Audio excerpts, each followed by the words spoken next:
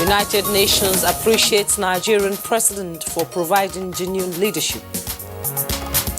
We commended the president on his resolve to reform and return discipline in the public service, as well as some of the success he has achieved in trying to fight corruption.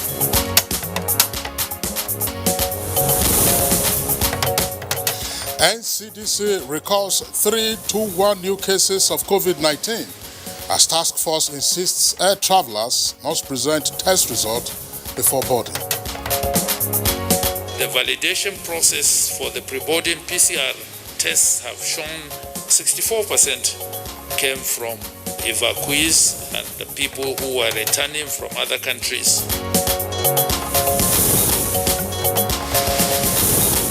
Sultan of Sokoto meets Kaduna State Governor, sues for tolerance amongst diverse ethnic groups.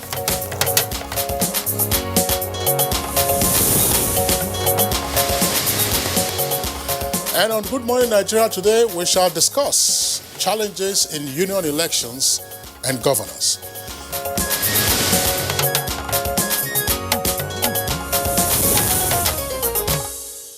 Unions and associations are platforms to advance the cause of members or protect their interests in line with the laws established in such organizations. And so the ascension to the leadership of such organizations is also usually spelled out in the bylaws by which the organizations are supposed to be governed. And indeed, those positions, of course, are also tenured. And over the years, the race for such positions are usually based on the contributions made by the individuals or services rendered to members of such association or by consensus. However, there's been a change drastically, of course, in recent times as the race for leadership in some unions or associations has been characterized by accusations and counter-accusations, violence and rigging, as well as other malpractices that you normally would find in general elections in the country. And some of the cases at hand include the Nigerian Medical Association, Nigeria Labour Congress, National Youth Council of Nigeria, Nigeria Football Federation, Nigeria Bar Association, Nigeria Union of Journalists, Road Transport Employees Association, and the likes. So why is it that we are beginning to see that persons vying for some positions in some associations often employed underhand practices or other form of malpractices, as it were, to assume leadership? Is it for purpose of service? Is it really for service? And indeed, why should candidates go to any length, as it were, to ensure that they assume the leadership of associations or unions? Now, could the quest for this leadership actually be for other purposes? Now, how would the challenges that we are beginning to see in the governance of unions or associations be addressed? And what should be done to ensure that those who aspire to lead associations or unions are indeed competent and, of course, not motivated by materialism, but rather by the interests of the members of such unions and associations? These are the issues we intend to dissect this morning as we focus on challenges of union elections and governance. It's Good Morning Nigeria, the second for the week, and I'm Kingsley Osadolo. I welcome you to the program. And I am Jumo Yusuf. Thanks for joining us. We are transmitting Good Morning Nigeria on the network service of the NTA. We are live from our studios here in Abuja. And we shall bring you and also the morning news and also serve you other complimentary segments in the course of the program. But let's join Naja'atu Tijani with the morning news. Good morning, Najah.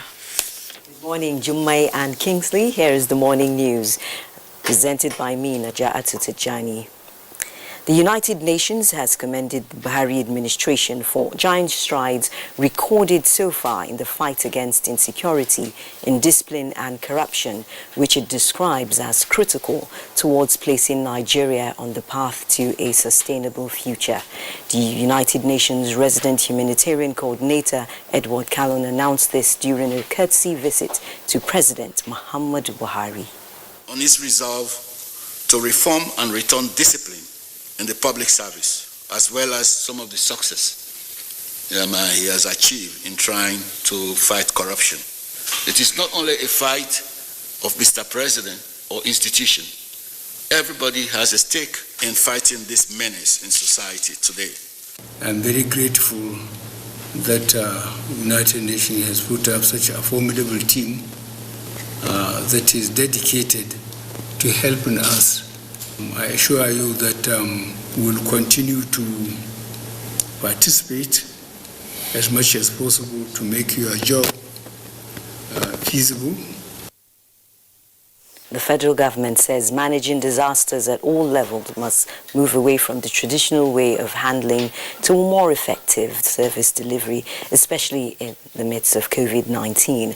The Minister of Humanitarian Affairs, Disaster Management and Social Development, Saidia Umar Farouk, stated this at a retreat for heads of territorial, zonal and operations offices of the National Emergency Management Agency, NEMA. The retreat has as its theme effective and efficient service delivery at operational level. We must evolve strategies for prevention, preparedness, mitigation, and response. The Sultan of Sokoto, Muhammad Saad Abubakar III, has added his voice to the call for tolerance, respect for rule of law, and peaceful coexistence among the diverse ethnic groups in Kaduna State. This was after a closed-door meeting with the state governor, Nasiru Ahmad El-Rufai, at the Government House, Kaduna. Express his support for our efforts at bringing peace in Kaduna State. He is happy that many people have come, all talking about peace, and he should not be left out, particularly in light of our historical relationship. Meanwhile, the Nigeria Center for Disease Control, NCDC, has announced 321 new confirmed cases of COVID-19 in the country. The breakdown of the cases cutting across 24 states shows that Lagos still has the highest number of infections with 98 cases, followed by the FCT with 34 and Kaduna with 30 new cases. Nasarawa State has 25 new cases, Benue 21, Plateau 17, Rivers 15, Adamawa and Ogun states have 11 each, Enugu has 9, Edo 8, while Delta and Ekiti states have 7 cases each. Other states include Gombe with 5 new cases, Ebonyi 4, Bayelsa, Kano and Ondo 3 cases each, Cross River, Imo, Kebbi and Niger have 2 each, while Abia and Bauchi states have 1 new case each. So far, Nigeria has 52,548 confirmed cases of COVID-19, with 39,257 treated and discharged, while 1,004 patients have died of the virus so far. And ahead of the resumption of international flights from the 29th of August, the Presidential Task Force on COVID-19 says travelers must present a negative PCR COVID-19 test to be conducted within 7 days prior to boarding. This forms part of reviewed aviation protocols by the task force, following concerns over the validity of some COVID-19 test results tendered for some evacuation flights. Unfortunately, the validation process for the pre-boarding PCR tests have shown, for instance, in Lagos on Saturday 20th, that stood at 404 of those cases. 64% came from evacuees and the people who were returning from other countries. Airlines will be fined $3,500 US per passenger if they fail to comply with pre-boarding COVID requirements. And to media matters now, rehabilitation work at the Federal Ministry of Information Building, popularly known as Radio House, has continued despite the slowdown it experienced on account of the COVID-19 pandemic.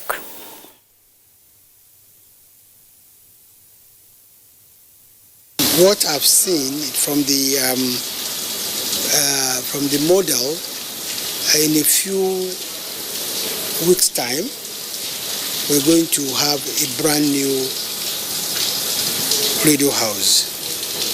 The visit today has been quite useful because it has given us the opportunity to also make some further directions and also see how fast this whole project can move.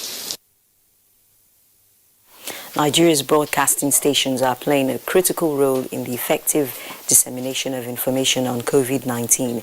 However, the increased technological possibilities can be used with high premium for national interest. This was the major takeaway at the 6th annual lecture of the National Broadcasting Commission, NBC, held in Abuja. It continues to be very important in society.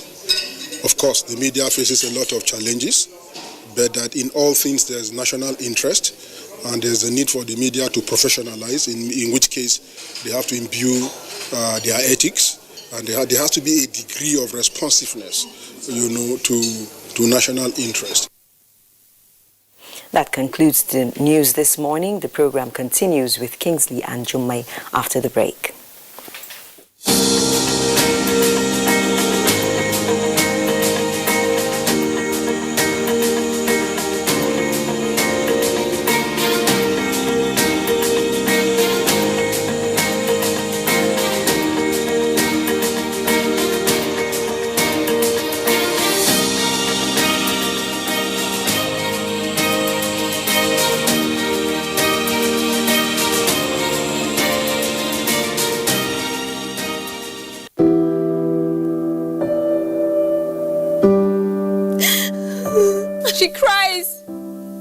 She cries in anguish and in pain.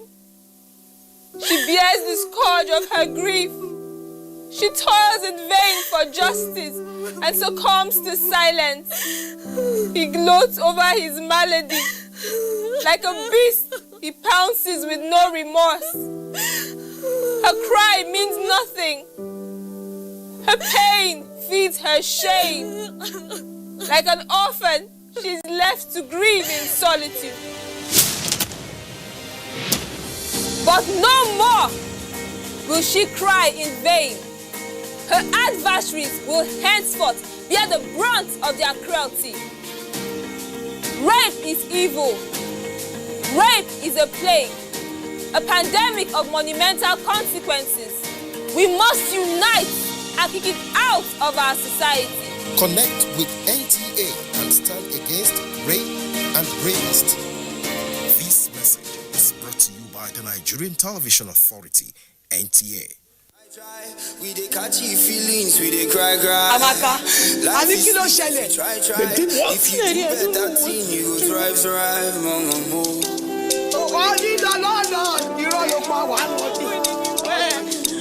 Leave that house now.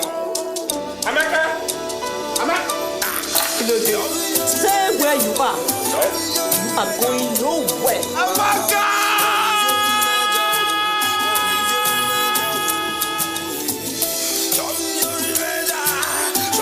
For blockbuster movies like this, series and much more, download the Airtel TV app.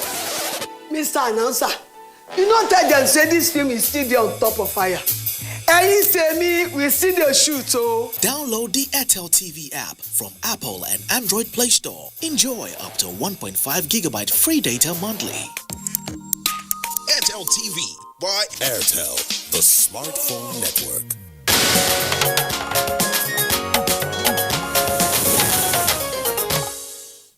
You're welcome back. As Nigeria's GDP contracts by 6.10% in second quarter of 2020, Revenue Mobilization Allocation and Fiscal Commission advocates intensified state efforts in diversifying the economy. Details on Business News with Chimobi Walter Naji. Latest report by the National Bureau of Statistics says Nigeria's gross domestic product GDP declined by 6.10% year-on-year in real terms in the second quarter of 2020, thereby ending the three-year trend of low but positive real growth rates recorded since the 2016 and 2017 recession. The significant drop reflects the negative impact of the disruption caused by COVID-19 pandemic and crash in oil price in the Nigerian economy. Figures contained in the GDP report indicate that the performance recorded in second quarter of 2020 represents a drop of 8.22% points when compared to second quarter of 2019. Meanwhile, the chairman, Revenue Mobilization Allocation and Fiscal Commission, Engineer Elias Mbam, has called on state governments to intensify drive towards diversifying their revenue base to boost internally generated revenue, taking a cue from the federal government's effort in the development of agriculture and solid mineral sector, which are now contributing to the federation account. He made this call while receiving the annual State Viability Index report in Abuja. He said the state's dependence on federation account allocation is not healthy for the sustainability of the state economy and advised state governments to note their viability index as contained in the report for improvement. In another development, African Development Bank says its upcoming 2020 annual meetings, which is going to be held virtually for the first time in its history, is geared towards building Africa back and better after the COVID-19 pandemic. President, African Development Bank, Akinwumi Adesina, who is running as the sole candidate for a new 5-year term, says the bank will continue in its interventions to member nations in light of the impact of the COVID-19 pandemic to cushioning their economies, health systems, and livelihoods. With Business News, I'm Chimobi Walter Naji. All right, thank you very much, Chimobi Walter Naji there for the business package. Coming up next is Newspaper Review.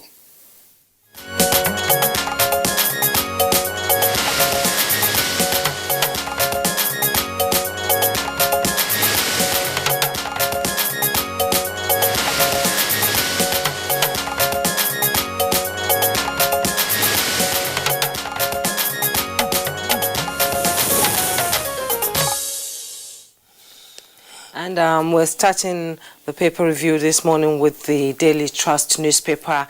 And just below the masthead, Kano Hisbah commander emerged in child trafficking saga. Find details on page 7. First female acting vice chancellor emerges at University of Lagos. That story is on page 7. International flights carry COVID-19 patient, pay $3,500 fine. That's coming from the federal government of Nigeria. Details on page 6.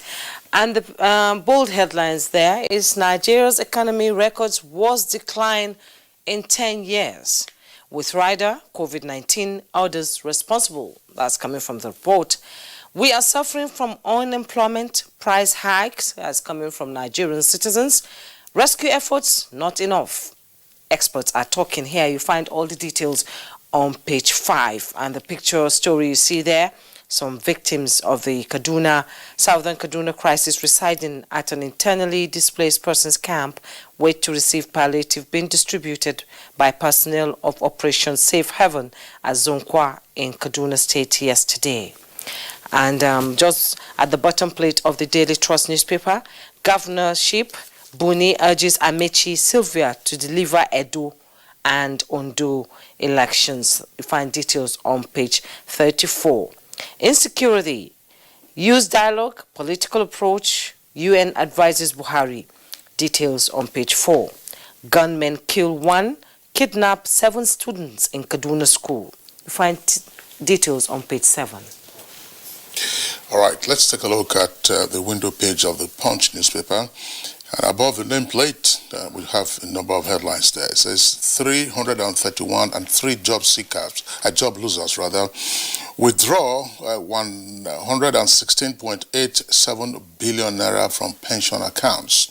Once again, over 331,000 job losers have withdrawn also well over 116 billion naira from pension accounts. Details can be found on page 19. $500 million Chinese loan already approved. Probe unnecessary. That's according to reps. Details can be found on page 2. Sultan visits Kaduna and El Rufai says monarch came to preach peace.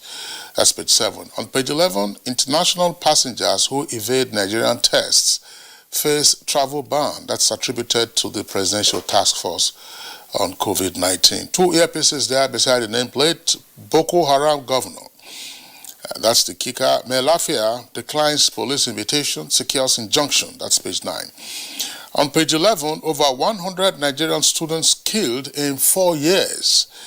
Over 100 Nigerian students killed in 4 years. These are Nigerian students overseas. And that story is coming from NITCOM. That's the Nigerians in Diaspora Commission. Details can be found on page 11.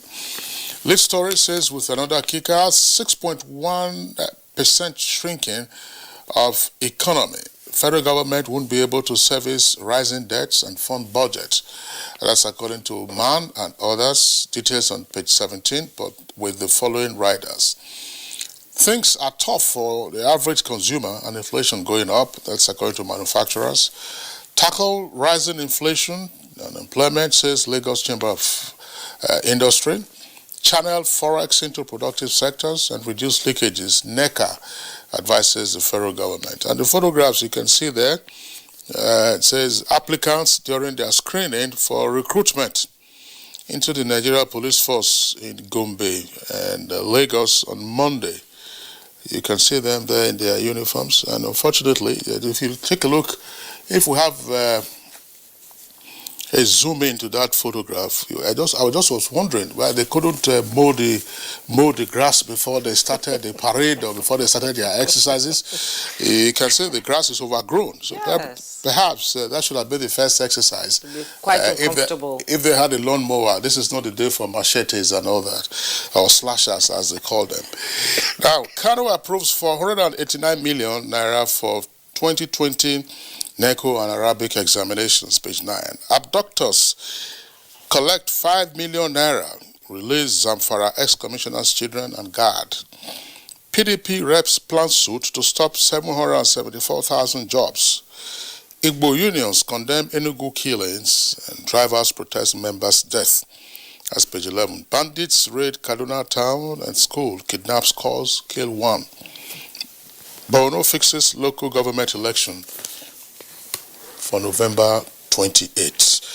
Well, good news. Well, that's for Borno. Unfortunately, that's right. Unfortunately, you have a number of other not so salutary stories. Abductors collecting 5 million, releasing an ex-commissioner's children and guard. That, of course, re-emphasizes the point that kidnapping is still a thriving industry, and that's almost it's sure banker for whoever gets into it, until of course they get caught by the law enforcement agents. Now the killings in Enugu are also reported there, but there are other issues, Jume, that I would like us to talk about.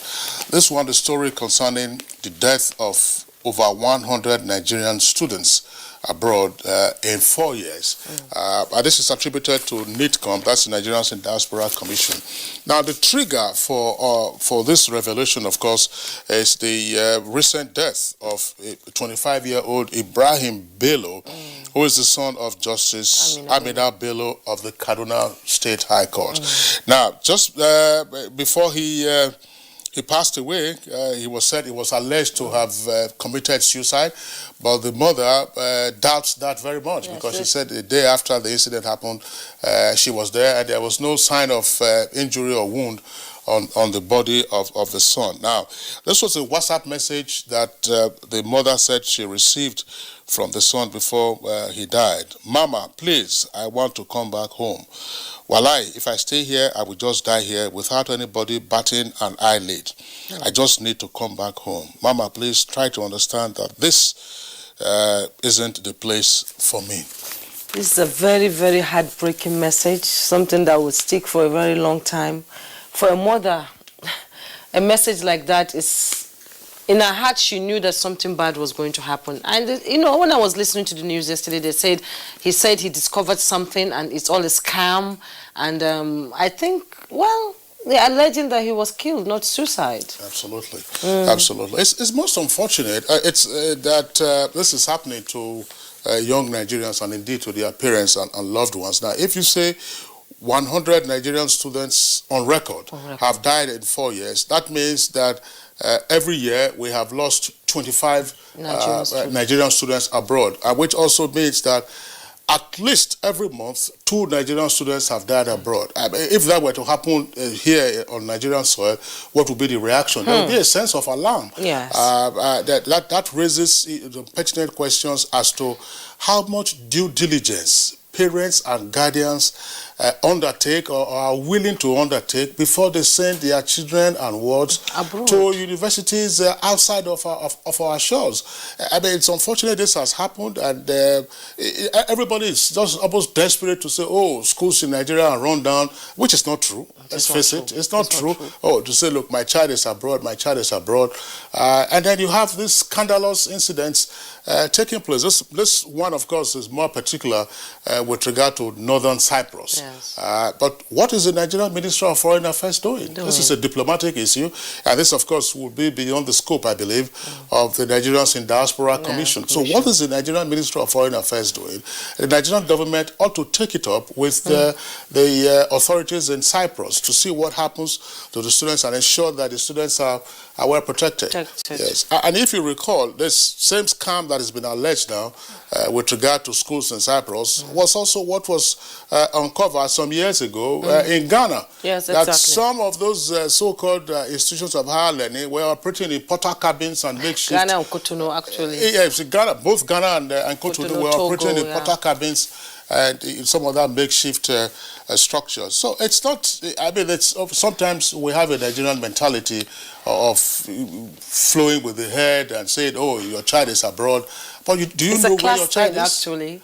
I think we have to worry about this. Just before we take the editorial, so that we can discuss that along with the lead story, which has to do with the shrinkage of the economy. The reps are saying that the $500 million Chinese loan already approved and the probe is unnecessary. Some weeks ago, we had the Honorable Attorney General of the Federation, Minister of Justice, and Minister of Transport, who were here with us, to discuss the details of those loans and the usual clauses you would find in international agreements involving a sovereign entity and a creditor who is external to you. So, if the realization is not that the probe is unnecessary, why did you embark on it? It has already been signed. That's right. And I remember, I think that was what the Minister of Transport said even when he was here. Now, let's now move to the editorial, and it's coming from the Nation newspaper, and we're still talking about resettling the economy and answer to the COVID-19 challenge. I'm just going to read a little out of it, and it says, the truth is, the signs are already there. Since COVID-19 broke, the Apex Bank has had to adjust the rate of exchange twice. First in March, when it was adjusted from 307 to 361 naira to the United States dollar. And last week, when it was again adjusted from 360 to 380 naira to the dollar at the parallel market, the naira has suffered even a worse fate as it now hovers between 470 to 490 naira to a dollar. And it went further to say that rather than mourn the recession, which appears inevitable in the circumstances, a more productive way out is for the federal government to see the current season as an opportunity to reset the economy. Time, of course, is of essence here, Kingsley. Well, that's right. The editorial is echoing what needs to be done with regard to the shrinkage of the economy, which of course has been expected worldwide on account of what has transpired in the world and still ongoing with regard to COVID-19. But there are specific issues that we also need to focus on, and the editorial happily draws attention to those issues. Now, we can say that the fall in crude oil prices has impacted our forex earnings. Yes. That's one leg of it. Now, but we are also told that the pressure on the naira arises from the fact that foreign portfolio investors are selling off and therefore converting whatever their receipts are into forex and then taking out those receipts into more secure, more profitable investment havens. But there's also an important point that the editorial raises, and that has to do with our forex expenditure. That one of the most significant sources of expenditure has to do with importation of fuel. It's scandalous. Which we have in abundance in the country. Absolutely. It remains scandalous that the country is spending so much importing fuel. The kind of argument you hear from time to time, one would suggest is it's not reassuring. Oh, everybody is waiting for Dangote to complete his refinery and then Dangote will begin to supply. Then you also hear, oh, modular refineries will work and then they will begin to supply us. Yes. In the meantime, there are 4 refineries under NNPC, and those refineries are operating at, I would say, less than 20% according to the latest account. Kaduna Refinery, of course, is consuming so much money, producing very little. 2 refineries in Port Harcourt, another in Warri. So how can we continue like this? That is a major source of pressure on our forex. Exactly. And I think the government can address this. It's been too long. Absolutely. It's been too long. Absolutely. So we hope that this is done very expeditiously. That we see how we can begin to reset our economy in the light of the coronavirus pandemic. Exactly. All right, Jumai. So we'll take a break right now. When we return, our conversation begins. Don't go away. Cadbury Hot Chocolate 3-in-1, a delicious combination of rich cocoa and wholesome goodness of milk. Just add hot water to get an instant chocolatey treat. Cadbury Hot Chocolate 3-in-1. Just add hot water. Available in stores at 18 naira. NTA TV College Jos, an affiliate of Ahmadu Bello University Zaria, is currently admitting students for its ordinary diploma programs in television journalism, television production, and television engineering. Interested candidates are advised to obtain relevant information concerning eligibility at our website at www.ntatvc.edu.ng or marketing department of any NTA station nationwide. For further information, contact Assistant Director, Marketing, NTA TV College Jos on 0803-314-4383 or the Academic Office of the College on 0806-980-9807. Announcer, Registrar.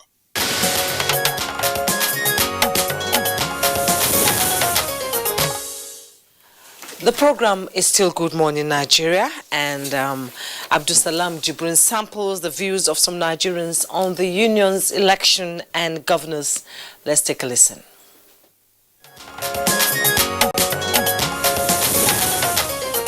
It's unfortunate for me. I think it is just the power that comes along with the office. The power first, then secondly also the financial clout that comes with it. If you look at it properly, you see that if you, for instance, if you are the president of a group, you are the person that signs the monies that come. And in this part of the world, that has played a very large factor in everything that we do. So most times that people struggle for offices is because of what comes out of it. In fact, greed is also part of the game. When it comes to leadership, something is wrong, and it has to do with our value systems. We have lost it when it comes to value system. Every tribe in Nigeria, we have value system. We know what is moral, but along the line, we all lost it. Every leadership position now is not about going to serve people, serve the association or whatever, but it's about what can I get out of the leadership? What can I get? And that is exactly what is happening. But when you see what I want to call sectorial interest, where some people feel we want to run their affairs the way we want it, they will always want to hijack the process. That's why you see, even among professionals today, you see before any elections, they have thugs already hired. So that immediately it is not plain, things are not going their way. They use those thugs to hijack the process. You how much violation and generate in a year. You better say you will fight for that. If they tell you how much architects the association generates in a year, you will fight for that post. Because some little organization, we by ourselves, we don't do audit their account. When they audit their account, you will know that they are investing money in that. Anywhere they look at, they are fighting. There's money there. The whole thing is a quest of power. All of them are just thirsty of power. They want to be in power. They don't care any other thing. You understand me? And so long as they are thirsty for that power, they can do undo just to achieve that.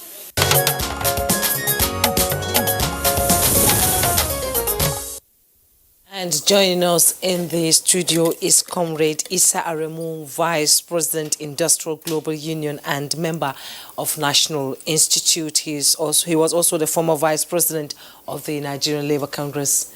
Thank you so much for joining us. Good morning, Nigerians. Good morning. Okay. Also in the studio is Professor Innocent Uja, President, Nigeria Medical Association, NMA, and also Vice Chancellor, Federal University of Health Sciences, Otukpo, Benue State. You're welcome to Good Morning, Nigeria. Thank you very much. All right, still with us for this conversation, I'd like to welcome a regular face, Dr. Abdul Rahman Abu Hamisu. He's a political scientist and public affairs analyst. Good to have you with us this morning, Dr. Hamisu. Thank you very much. It's my pleasure to be with you this morning. All right, and then also part of this conversation, would like to welcome Comrade Hafsat Shaibu, who is of the Trade Union Congress of Nigeria. Comrade Hafsat, pleasure to have you with us on the program this morning. Good morning, Nigerians. Good morning, fellow comrades. Thank you so much. All right. So let's, gentlemen, it's fairly obvious from what we heard in the background report, the views of some Nigerians on what appears to be now unsavory development of desperation by members of associations or unions to assume the leadership positions in those unions. The immediate trigger for this conversation was a video and a still photograph that went viral some weeks ago, arising from the fracas at the elections of the Nigerian Medical Association Enugu branch. It turned out that one of the medical doctors had his head broken and blood trickling down his face, and certainly we had not seen that in the collection of professionals, particularly of medical doctors. So we want to start this conversation by getting on and then asking our guests. First, the new president of the Nigerian Medical Association, exactly what the reaction of the NMA, national body, has been to what is clearly an unpalatable occurrence in Enugu. Well, thank you very much. What happened in Enugu was an unfortunate event. It was totally unexpected. It is a one-off activity. As you know, following that unfortunate incident, on behalf of the Nigerian medical doctors, I apologize to Nigerians and non-Nigerians because doctors have not been known to take such a path, very shameful path, and we call it a show of shame. It's a show of shame because totally unexpected, totally unwarranted, and totally unnecessary. It's totally avoidable. Following that, the Nigerian Medical Association set up a three-man committee, a fact-finding committee to go to Enugu to find out, to tell us what led the remote and immediate causes of that unfortunate incident and recommend to us what next to do. They are yet to report to us. Probably by this week we should get their report. But It is something that, in fact, I am ashamed as the president of Nigerian Medical Association. And I got calls from Europe, from US. Doctors are not happy that doctors in Nigeria, in Enugu State, well, it's not Nigeria, Enugu State, would behave that way. They were behaving like thugs. I'm sorry to say that, but that's not the training of doctors. Doctors are disciplined. There is no militancy in medicine. If you want to be a militant, you leave medicine. We have order of doing things. And we had a national election on the 30th of May when I emerged as the president of Nigerian Medical Association. And there was no noise. It doesn't mean that in elections people may not have their own feelings, but that should not result in what happened in Enugu State. It's a shame. Unfortunately, as if that was not good enough, only 2 days ago, on Sunday, the IPOP went wide in that place. So is there anything in Lagos, in Enugu, that is situating this factor? Because we just finished what looked like a fracas in NMA in Enugu State. And 2 weeks, we have another fracas from IPOP. So by and large, we are not happy about what, and it's going to be the last. We hope so. It's going to be the last. Okay, Professor. As the president of NMA, I will ensure that will be the last, even when I leave office. It has never happened before. We hope so, Professor Innocent Uja, because the medical profession is looked at as a gentleman profession. That is what I mean. And that's what it is. Exactly. And that's what it remains to be. Okay. That's why I say there's no militancy in medicine. It doesn't matter what you... In fact, in medicine, yes, we have democracy, but your democracy is guided. You have guided democracy. You cannot go wide like what happens in the Nigerian space. We are more refined than that by our training. Even in the universities, you find that medical students rarely participate in union activities because the time is not there. Grace anatomy alone will take all your time. Thank you so much, Professor Innocent Uja. We'll get back to you. Thank you for your opening comment there. Comrade Issa Aramo, you've been in unionism for a very, very long time.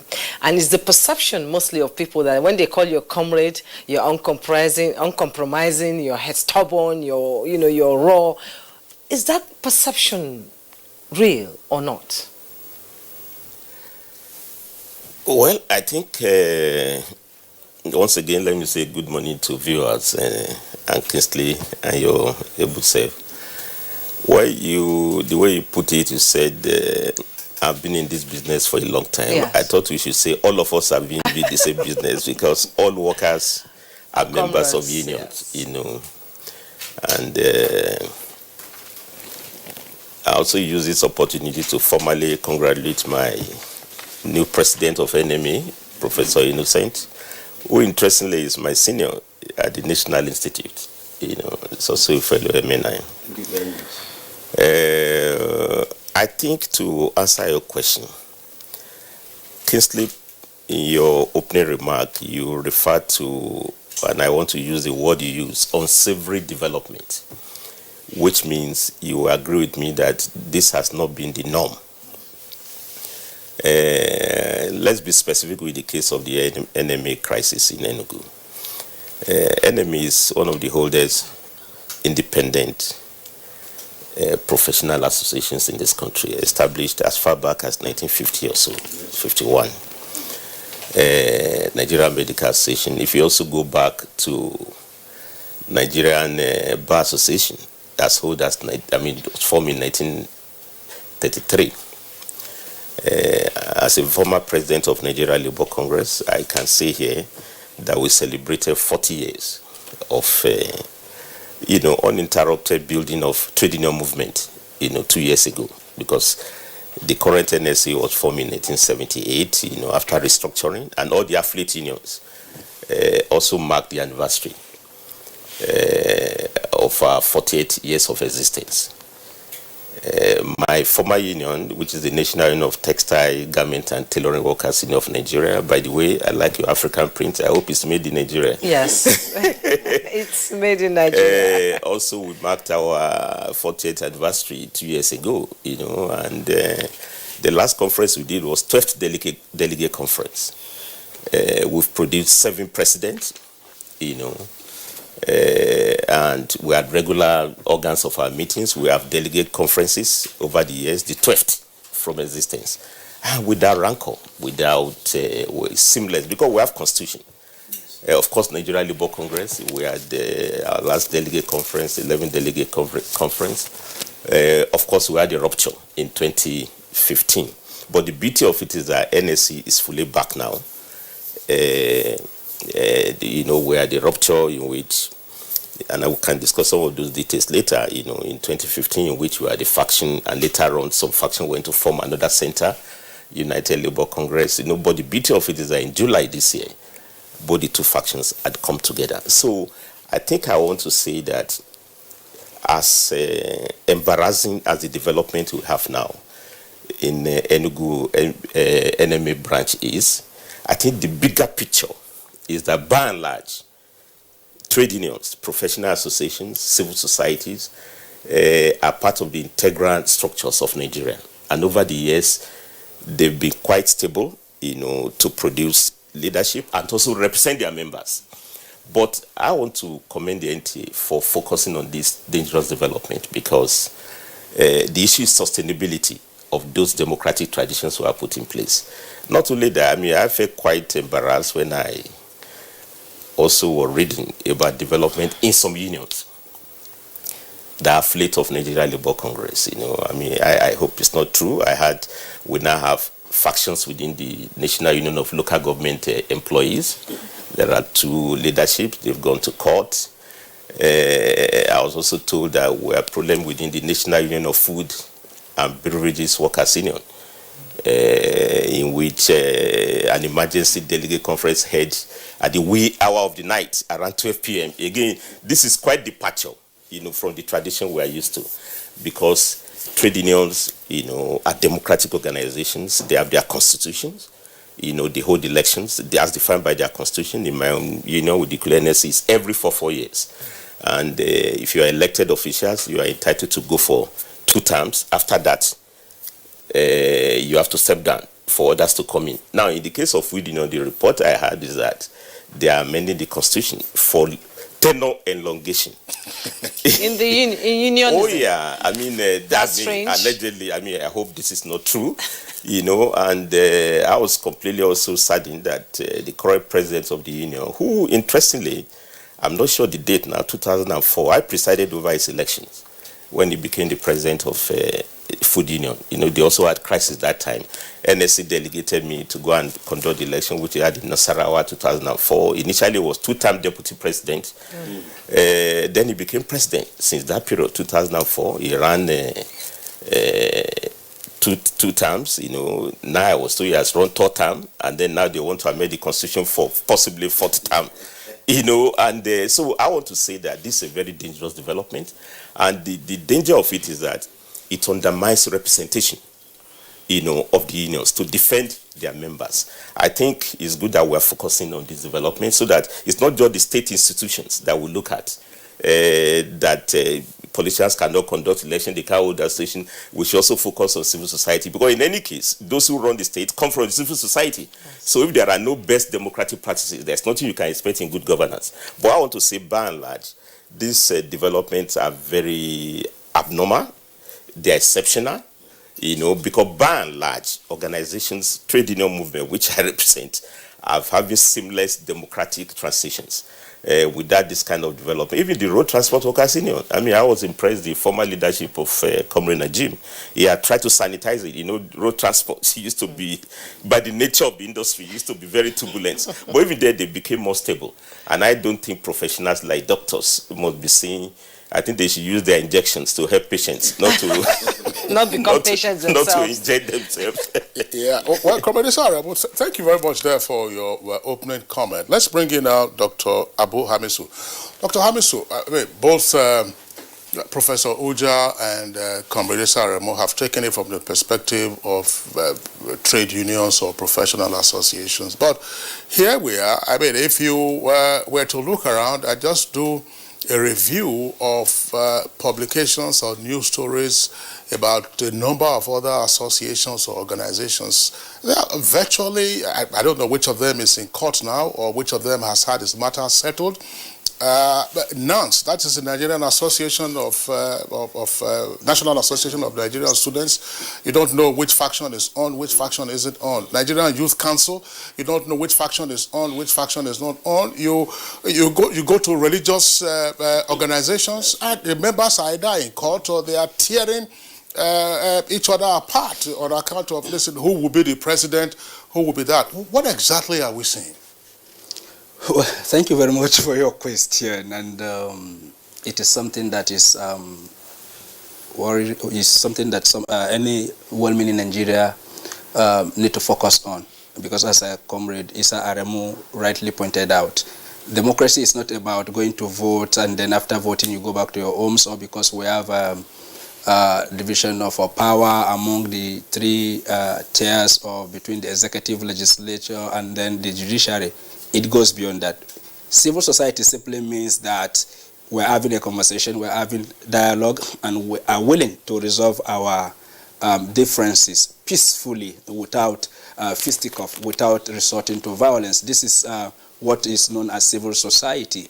When we're beginning to witness militancy, use of force, use of violence in civil society, it means something is fundamentally wrong.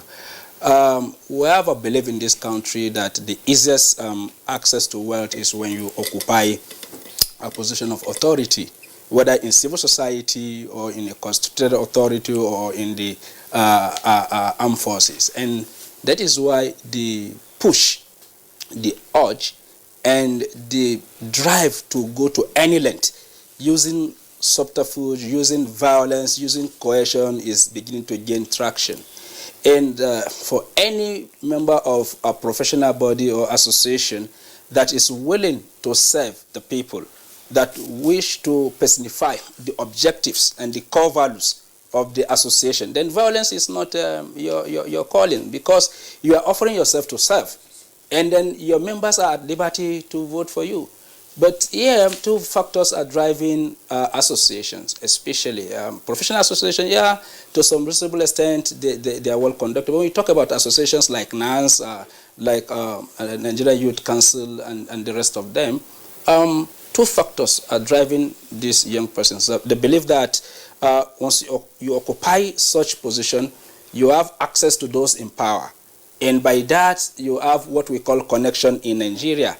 And not performing so that you are rated based on what you are doing to promote the interest of the association and the members, but access to those in power, because it is calculated that at the end of it all, that will translate to economic power. So the fight becomes so fierce, the stakes become so high that nobody is willing to do anything that will lead to peace. So it's either I get it or you don't get it. So the calculation is, if you are coasting home to victory, then it means I have to truncate the process, because by the time you get to the finish line, you are declared the winner and I lose out. So the calculation is not the interest of the association, it's not the interest of the members. It is the personal. So the motive of those that are contesting the election is very, very important in this regard. Because if I know Kingsley can serve very well and I can serve very well, all we need to do is to talk to our members. We present ourselves. Based on our qualities and merit, people will vote. But if the interest is to use the association to pursue our own agenda and interests and those of our cronies, be rest assured that we will truncate the process at any point in time, because the issue there is either I get it or nobody else. Okay, Dr. Abdurrahman Abu Hamisu, thank you so much for your opening comments. We now go to Comrade Hafsat Shaibu. She is the TUC Nigeria Women Commission. She is the national chairperson. You've been listening to all the guests in the studio talking about unionism and how it is now turning into something else. So what could be the reasons for this unhealthy development in trade unionism? Thank you so much. I want to take us down memory lane. Just last year, the TUC Nigeria had their delegates conference, and it was seamless. Shortly after that, the ASBIFI, it's an affiliate of the TUC, they also had their national delegates conference. As a matter of fact, a woman emerged as the president, and then shopped this, and on 29th of last month, the Association of Senior Civil Servants of Nigeria also had their national delegates conference. It was successful despite the restrictions and everything. It went seamless. It was successful. And on Thursday this week, Pengassen is also going to have their national delegates conference. We are believing God that it's going to be seamless too. What actually happened in Enugu is embarrassing, but I think that the ranks was infiltrated by people that are actually not medical doctors without the knowledge of the doctors. It was embarrassing, but it's sad. Anyway, I don't believe medical doctors would do such a thing. Like I said, it was actually infiltrated without them knowing. But we are not politicians. We are trade unionists, and we know how to conduct ourselves when we get to the polls. I don't know. It's embarrassing, but then it's all good. I'm very sure they would get over it. Thank you. I want to stay with you still, Comrade Hafsat. Listening to Dr. Abdul Rahman Abu Hamisu, he talked about the desperation to occupy leadership positions in unions and sundry associations, that it's now become, as it were, a sure route to economic security. What's your comment on that? Can you take that question again? All right. Dr. Abu Hamisu, one of our guests on this conversation, did say, among other things, that the contest for leadership positions in unions and associations has become so fierce because in recent times it has become the surest route to economic security, as it provides a channel to political power brokers. What's your comment? Not true with the staff unions. The major aim of every trade union is to get a better and improved working condition for its workers. So I disagree with that statement in total. All right, we will give Abu Hamisu the opportunity of responding to that comment. Abu Hamisu, what's your take on that? Now, again, let me assist you without asking a leading question. There is also the view out there, sometimes grounded in fact, sometimes in speculation, that some union leaders who are supposed to be on the side of the members often get compromised by their employers or by the government, so that they back down when they have rallied everybody to a looter. Yeah, you see, one thing my sister is not opening her minds to is the fact that whatever you see that is the vocation of man is subject to abuse. The easiest thing to do is to abuse. Abuse processes, abuse institutions, abuse privileges, abuse positions. And one of it is what you alluded to. Sometimes it is even the management that prop up some part of the members to hijack these unions in order to do their biddings. So it is either these managements have their ways, or they compromise the union, and the union will remain without leadership. And then people like Comrade Isa Aremu are saddled with the responsibility of reconciling factions. So that is why sometimes you see them breaking apart and you see them coming together again. These are some of the issues. Now, the second factor is depending on the motive of the person that is contesting. Now, you have somebody who is in tune with the core principles of the association, and the person wants to do the right things by ensuring the welfare of the members. But the other persons that are contesting, theirs is how much has the union contributed. So how can they arrange with manufacturers of bikes? They will purchase and distribute to members, and what interest will accrue not the welfare of the members. Okay, we can do this without interest because our members are suffering. At other times again, during Christmas, Salah period, the union usually buy rice to distribute to large members. Some of the people that are contesting, these are the attractions, not because they want to alleviate the suffering of the members, but what they can get from the body of the members. So all of these are on record. It has happened. If you go through ministries in the universities, it happened. Even the SANU, the NASU, all of these are happening. So it's the motive that is the issue. Where you have people that are contesting, and therefore the interest of the association and welfare of the members, that is when you don't find rancor.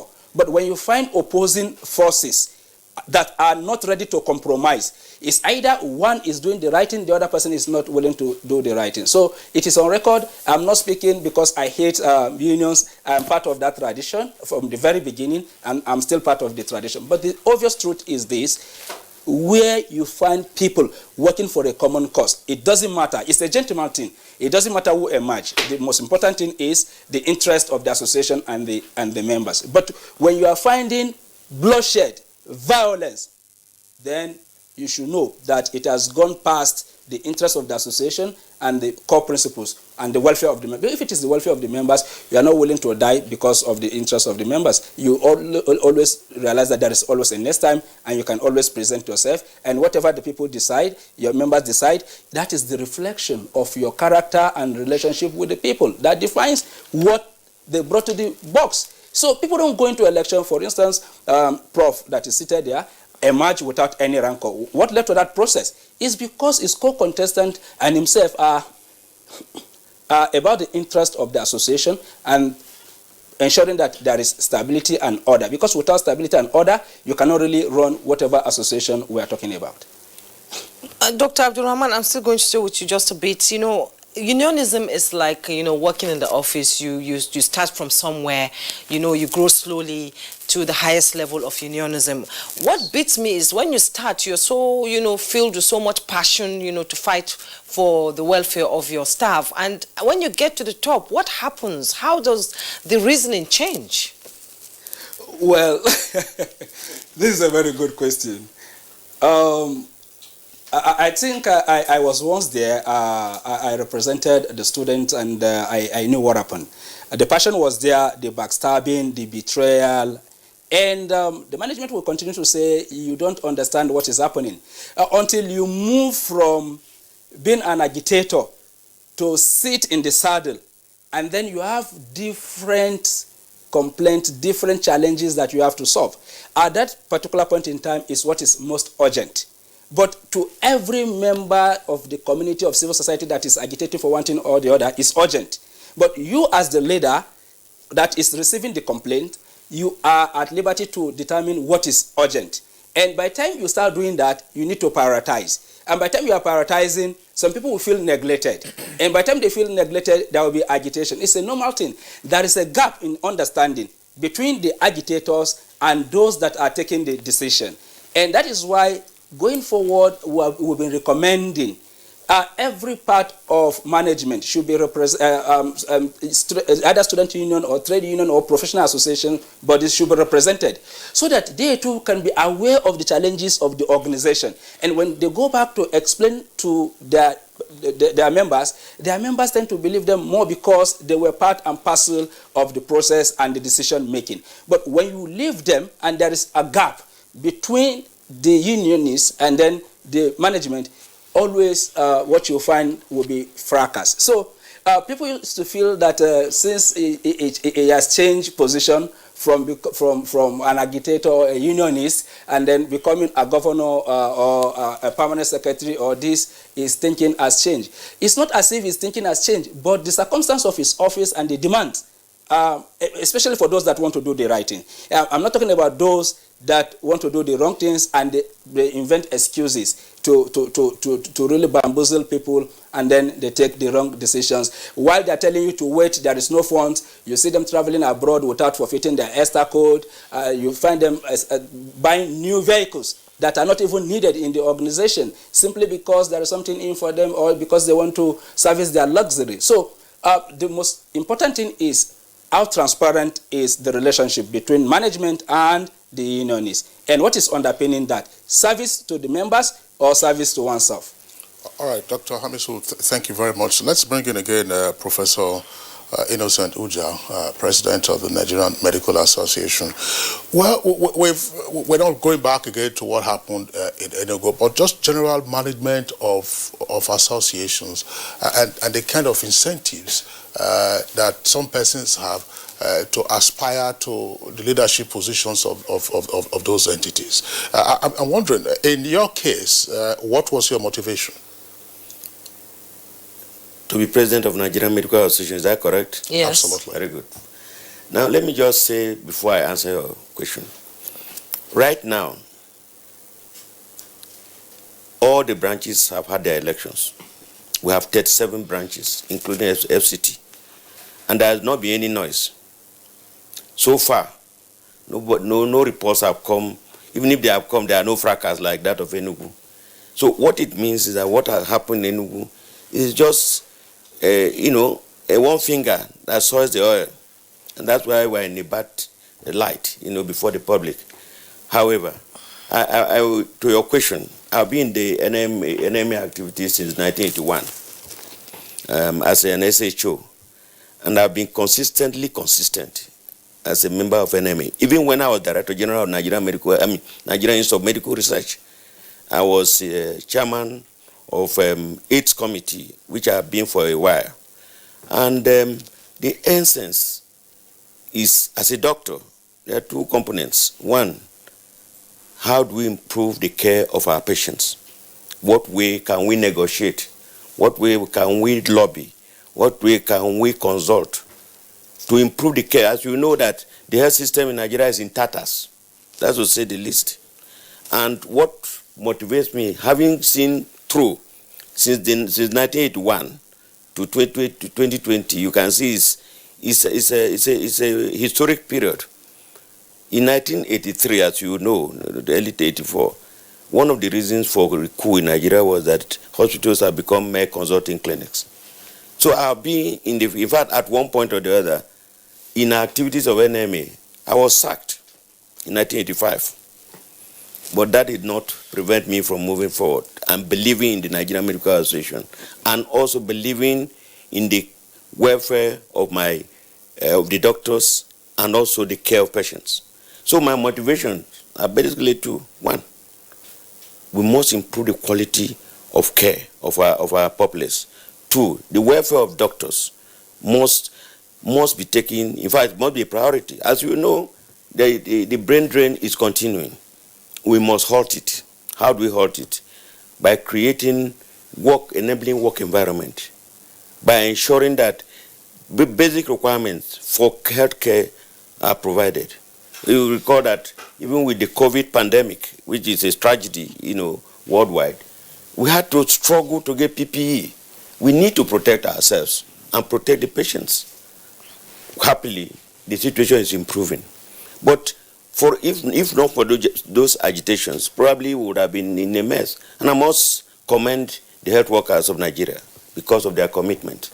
When it started, it was thought that probably Nigerian doctors and other health workers will not be able to cope. But you can see what is happening. In 2014, I was DG. I was a co-chair of Ebola Treatment Research Group. And we were held worldwide. I went to about 3 or 4 international conferences. And the question they ask is, how did Nigeria do it? Because they don't believe anything good will come from Nigeria. So what we have is, we have commitment of doctors, and I believe other health workers, but we need enabling work environment. People should be comfortable to work. We should motivate our workers, because that's very important. If you motivate me, if you're in Europe and America, you'll be working from morning till night. You don't even know the days are going.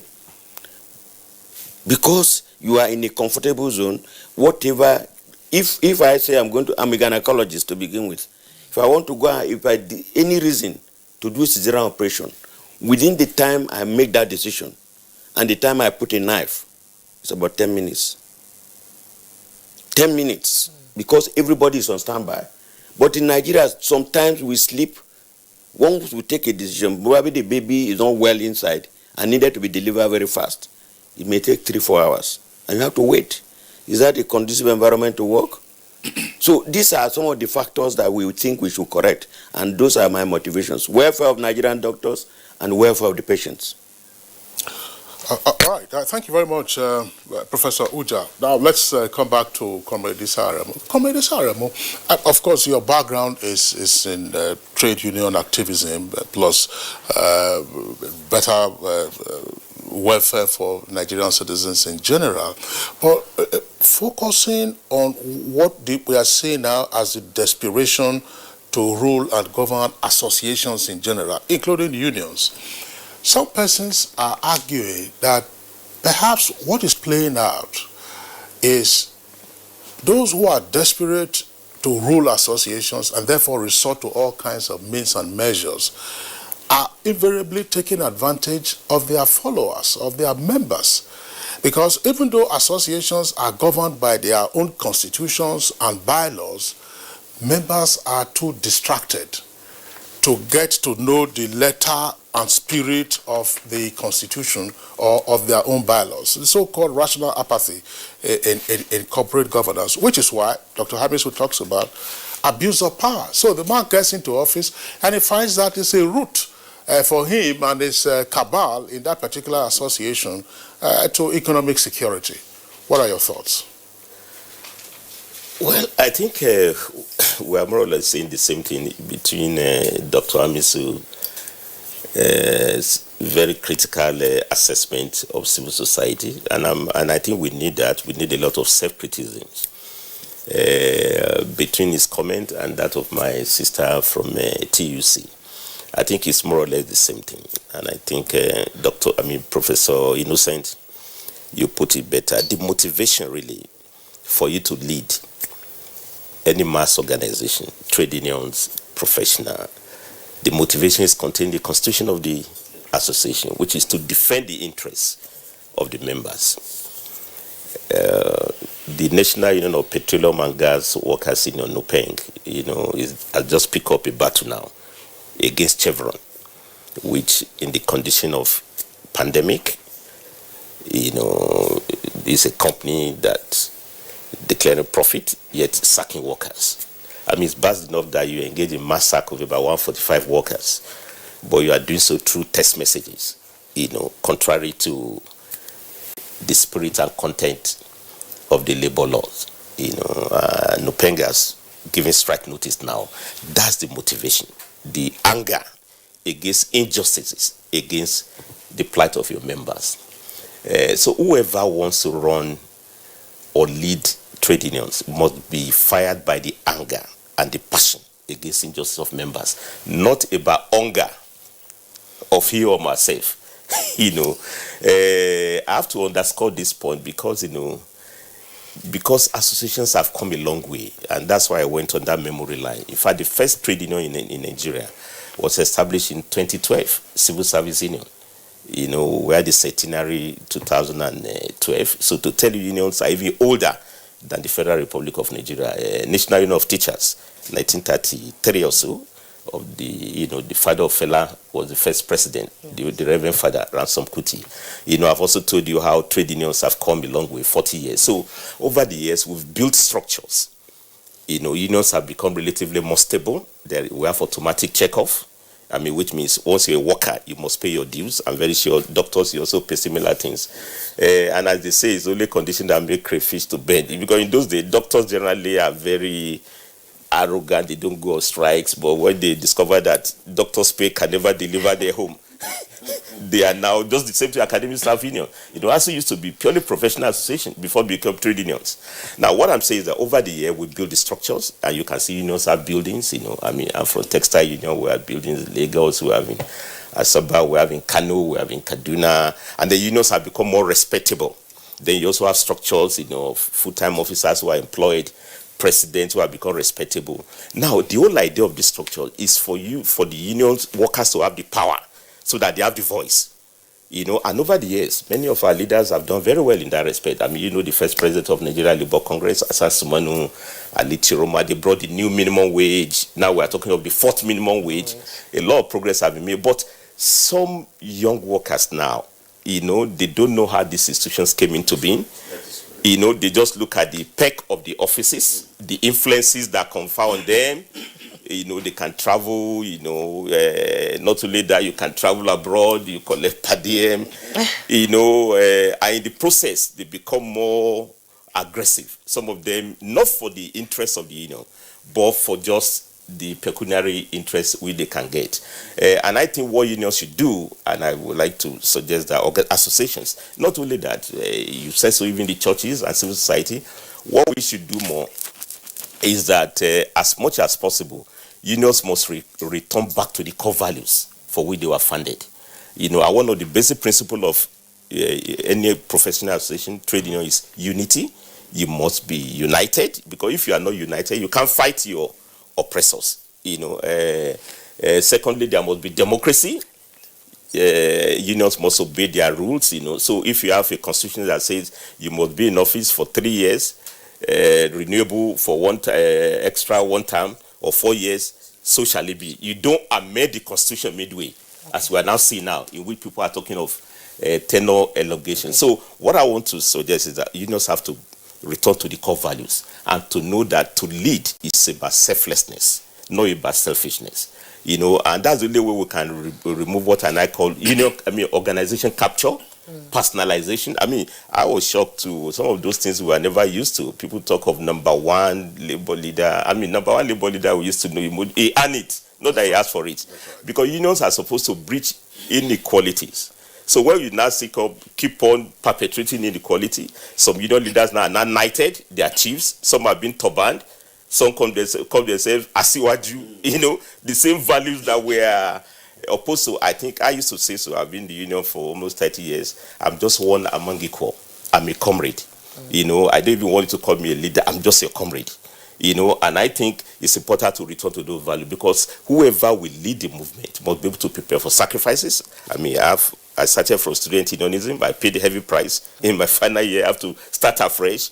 I've been in the union, we've been arrested, we've been detained.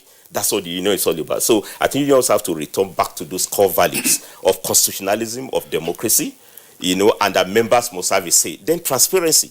You don't do emergency conference at night in a corner. Union conferences used to be real festival. In fact, elections should come as a small thing. I don't know how you do your own enemy. The conferences are meant to celebrate the achievements over the years. Elections should only come. In fact, ideally, union leaders should be encouraged to lead. Not that you say you want to lead yourself. Because it's about battle. It's about struggle. See, Comrade Isara, yes. I would like you to expatiate on this, because perhaps that also speaks in greater detail to why we are having some of these associational challenges. You say, look, return to core values. Unity, democracy, which is anchored on the association's own constitution. But you've cited, at least on more than 2 occasions now since this conversation started, the attempt to alter the constitution so that there will be tenure elongation. The issue is, if you got in on the basis of clear terms of the constitution and there is no situational crisis that should warrant an alteration of the tenure or terms of your office, what then could be the motivation for saying, look, is it that the perks are so sweet now to say, look, it must be a chieftaincy? No, but that's why I said that, Kisley, it's good that you are doing this focusing, because at times, because of the crisis of governance we have in Africa, the focus has been on the state. That we had a series of problems, during the Obasanjo period. We are talking of tongue-tied elongation. We also know all the stories in the parties now. People talk of godfatherism, we talk of smashing the maize, cutting corner to get to offices, because that's the state it affects. But as I said, there are unfortunate development also in the civil society that go along this line. And the reason why we must be concerned about civil society is that those who run the state come from civil society. Now, if we are not used to best democratic culture, You know, you elect somebody who's a senator who's already used to a mass organization, whether it's the church or mosque, it's always cutting corner. By the time you get to office, you perpetrate the same thing. So I want to say here that it's the point I'm raising. The constitutions of unions are clear, that you must follow the processes, and I think that unions have to build more capacity to empower the members to know what the rules are so that they can demand for accountability as much as possible, but with the best of effort. Chrisley, let me round up on this note. You know, we should also know that trade unions, NMA, Nigeria Labour Congress, even the Alumni Association of National Institute, of which I used to be the Secretary General, these are voluntary organizations. Yes. The power of this organization is persuasion, conviction, not that they are, we carry, I mean, he's the president of NME, he can't call police, he doesn't have bodyguard, I don't have any, you know, it's persuasion and conviction. So, but with the best of it, there will be disagreement, there will be some dissent, which is quite legitimate. Now, the best way to resolve is return to your rules. You know, I mean, when we had that crisis in NSC in 2015, I insisted that let's talk to ourselves. You know, the solution cannot be going to court, litigation. In the court, you get judgment, not justice. Judgment is that somebody is right, other one is wrong. But if you have justice, you can have a win-win arrangement in which you solve your problem. And I think after all the crisis, at the end of the day, what resolved the NSC crisis was that we now engage in discussion with ourselves. And then we now have more inclusion.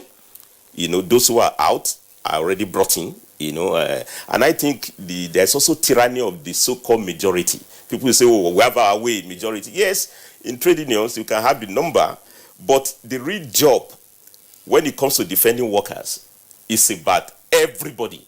I mean, look at immediately what happened after we had the NSC crisis. Yes. Price of fuel was increased by government. We couldn't mobilize the way we ought to, because we already have some of our members, like Nupeng, which is very strategic in petroleum sector, electricity workers, you know, who went outside, you know, and their opinion has the capacity to undermine our collective actions.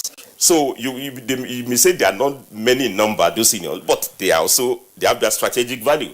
You know, so what I'm saying here is that it's in the best interest of everybody to make sure we come together. But the last note is that we need new set of leadership who will be selfless, who will be able to look at the bigger picture. I mean, I had my frustration in trade union movement in the last 30 years, but I resisted the temptation of, say, I want to go to court, rather we talk it out. And you don't win all the time. You know, you have to lose. You can always come back because... Does dialogue work in situations like this? Definitely. Internal dialogue work, you know. I mean, so you have to promote... In any case, that's what we're asking the employers to do for us. Dialogue. Don't dictate to us. So what do you want to dictate to your own members? You know, so we must practice what we are demanding for, social dialogue. And in the process, you discover that when you don't, you know, go to extra mile to live your rules and constitution, unions become more stronger and viable. You know, and I think I want to say on the last note that members must also hold their members accountable. You know, so you can't be there to say somebody changed the rules of the constitution. You know, when you are supposed to be there for 4 years, now you want to change the rules midway to elongate the tenure. I mean, that cannot really be appropriate. So we should fight against union captures, organization capture. You know, by individuals, the way we are fighting against state capture at the national level. But the last point, what we hear a lot of us is that organizations are established to defend the interests of the members. When I listen to Professor Innocent, I mean, if you know the challenges facing the health workers, you know, even at this hour, most of your members do not have personal protective equipment. So how can anybody be fighting to lead, you know, just because it's the perk of the office? You know, when you get there, you need to do the job, which Professor Innocent is doing with all the challenges that goes with it. I mean, I'm from private sector. I know the industries are going down. You know, the battle we have been waging to revive the textile industry is not yet over. Many factories have closed down. Now, whoever will lead the movement must be able to have the voice, you know, to make sure industry must come back, produce what we consume, engage the government in a credible way to make sure that we have sustainable industrial policies. Now, when you look at those bigger pictures, then you see that, as they say in, I don't know how to interpret that now, Kingsley in Yoruba, you know, it's only those who have the guts should come out. Yeah. It's not made based on the privileges that you get over it. So, but on the whole, I want to say, and I think this conversation must still continue on the whole, I want to say that by and large, professional associations have come a long way, you know, and that when you look, there are best practices. You know, I mean, TUC, my sister who spoke with TUC also made a point, and I think that should not be lost on us, that the new president of TUC is actually a woman. You know, and I think that's the second time they will produce the president, you know, and I think I wholly agree that there's need for more inclusion in trade union movement. I mean, NSC will produce many presidents in NSC, but not yet a woman. We need to do that. Maybe that will temper some of the new restlessness. Female comrades need to come together. Women possibly will know how to elongate tenure. Exactly. You know, you've raised some. Yes. Oh yeah. Oh, that's good. That's good. Well, I was just wondering, Juba. Yes. You know, the issue that Corporate has raised relates in part to transparency and accountability. Yes. I would like Dr. Abu Hamisu to also make his comment on this. When we say transparency, it says, okay, follow the rules as stated in your constitution or in your bylaws. When you say accountability, the point is abuse of office arises where there is hardly accountability. That then becomes, as some persons have argued, the incentives for others to also get into office.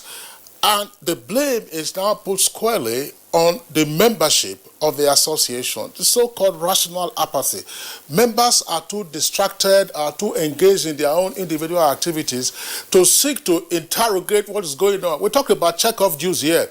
There have been reports about unions not remitting check-off dues of their members, and that then becomes part of their IGR. When you see the quantum of the IGR, then it must be a source of war. Yes, I think I concur with Comrade Issa Aremu, because what he has said is we should put a leash around the wild horse so that it does not cause havoc. Because the peck of it, or the peck of office that you talked about is something that is really motivating some persons, as I alluded to and as Comrade Issa Aremu alluded to. The problem is not entirely that of the members. It has to do with even the leadership. For instance, if members don't demand for congresses to brief them, it is your responsibility as a leader, if you are doing the right things, to put out there your scorecard. But if what you are doing is illegal, and you know that members have this information, you will finish your tenure making sure no Congress hold, no meetings hold, nothing happen, then the union is killed. The welfare of the workers or members will go with that.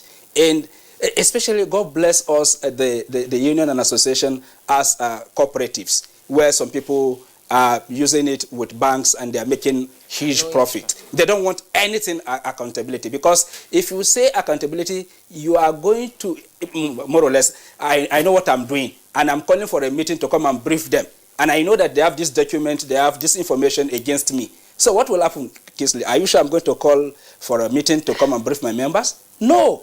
And if members demand for that, it becomes a war. Yes. And if we now say you should go, you seek for constitutional amendment to elongate your tenure so that you protect what you've done in office, because the person that is aspiring is a transparent person that believes in the core value of the association. And if he takes over, he's going to do what? He's going to expose me. So what I do there is to sit tight and make sure that I destroy the union from within and nothing happens. So that is why most of the times, instead of this union, as he rightly pointed out, coming together to confront management and demand for the interests of their members, they spend the entire year, the entire minute, the entire week fighting themselves. And then management will encourage that, because no management will want a very strong union. So fundamentally, it behoves on members to be vigilant, because they are the people that can guide the association. Who is aspiring?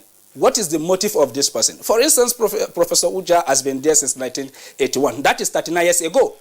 And from what he has said, it seems he has perfect understanding of the industry. Jumai alluded to that fact, because you need to graduate. He started from a point before he assumed the leadership. If I did mean he started halfway, he would have lost the history of what has happened between 1981 and say 2005 that he finally joined through rupturing the process. And one thing we fail to understand in this country is, if you must destroy in order to succeed, you have destruction awaiting you. Because at the end of it all, what Comrade Issa Adamu say will be your undermining factor. Those people you undercut will fight you to the end. Instead of you achieving the vision for which you contest for, you end up settling internal dispute. So we have two choices to make in civil society.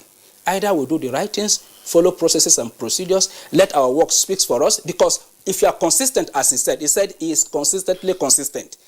And I know what that means. I need to underline that very particular phrase, consistently consistent. So it means that he has earned it, and anywhere you go, people respect him based on what he is doing. So it's more or less like when you are coming and people are parting ways for you, not because they are shouting, give me way, give me way. You know what that means? They respect you, they don't want to waste your time because you are working for them. Okay, thank you so much. Dr. Abuami, so I'll get back to you on other issues before. Well, we need to, link up with Comrade Hafsat Shaibu now. We've been talking about transparency and returning to the core values of unionism in Nigeria. What's your take on that? Thank you so much. I would like to correct my senior comrade Aremu. I never said the present TUC president is a woman. I only tried to talk about how seamless we've had our affiliate union delegates conferences, and I mentioned that one of them was ASBIFI, and as everyone would expect, that it's always very difficult for women to assume the position of leadership. A woman emerged as the president of ASBIFI, but not the Trade Union Congress. The Trade Union Congress is actually being led by a man, Comrade Quadri Olaleye. And talking about transparency, I think we need to go, like Comrade Aremu said, we need to go back to the core values. We need to respect our constitution. No member should take the constitution for granted, and there's every need for every leader to be transparent. And I make bold to tell the members that where you suspect your leader or where your leader is not being accountable, it is your right to ask questions. So my take on this is that we should go back to the core values, like it's been mentioned by my senior comrade Aremu, and at all times respect the provisions of the constitutions. We should at all times be guided by the constitution of our unions. Thank you very much. Okay, Comrade Hafsat, thank you so much. We'll return to you as the program progresses. I would like to talk about other issues concerning unionism, especially in the NMA, but we'll take a break right now. When we return, our conversation continues. Like every mother, I'm worried about dangerous insects, especially mosquitoes, which spread diseases like malaria to my loved ones. This year, I'm not afraid. I'm using new Mortein Insta-Kill. New Mortein Insta-Kill's improved formulation knocks down mosquitoes 2 times faster. Not even a single mosquito is spared, because even one mosquito bite can cause malaria. Mortein Insta knocks down mosquitoes 2 times faster. As a strong immune system increases the chances of victims surviving COVID-19. A corruption-free society creates opportunities for citizens to thrive and prosper. Build your immunity. Stop corruption now. Report all acts of corruption to ICPC on this toll-free number 0800 2255 4272. This message is brought to you by ICPC and NTA.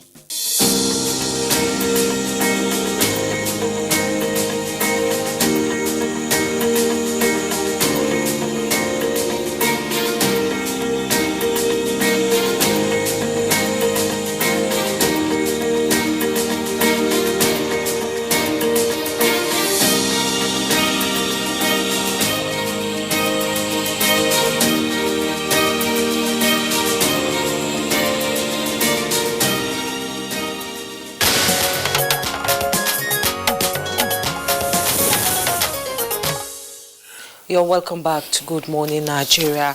We're talking about Professor Innocent Uja, we're talking about the structure of unionism in Nigeria. We've seen countries where the labor movement are able to take over government. Look at the labor movement in the UK.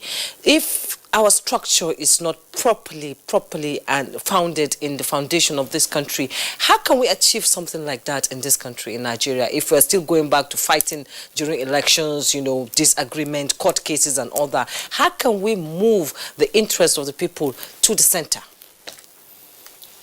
Well, it's not easy, it's not difficult.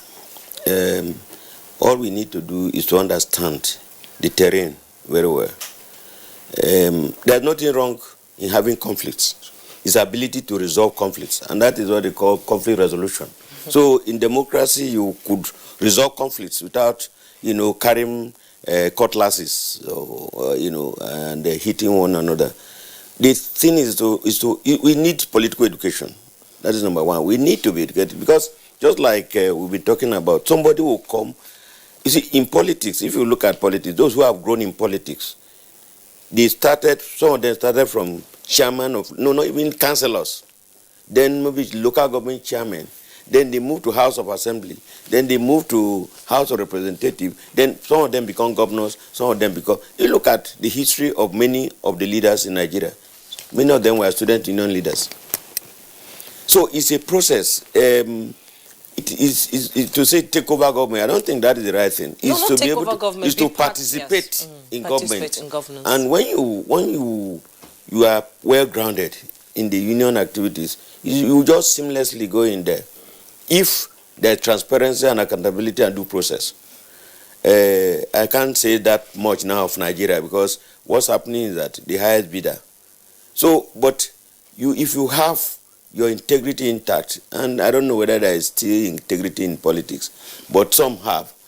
If you have integrity, people will follow you. The only thing that will prevent you from getting there is if you are greedy, then you're not patient. I contested the presidency of Nigerian Medical Association 14 years ago.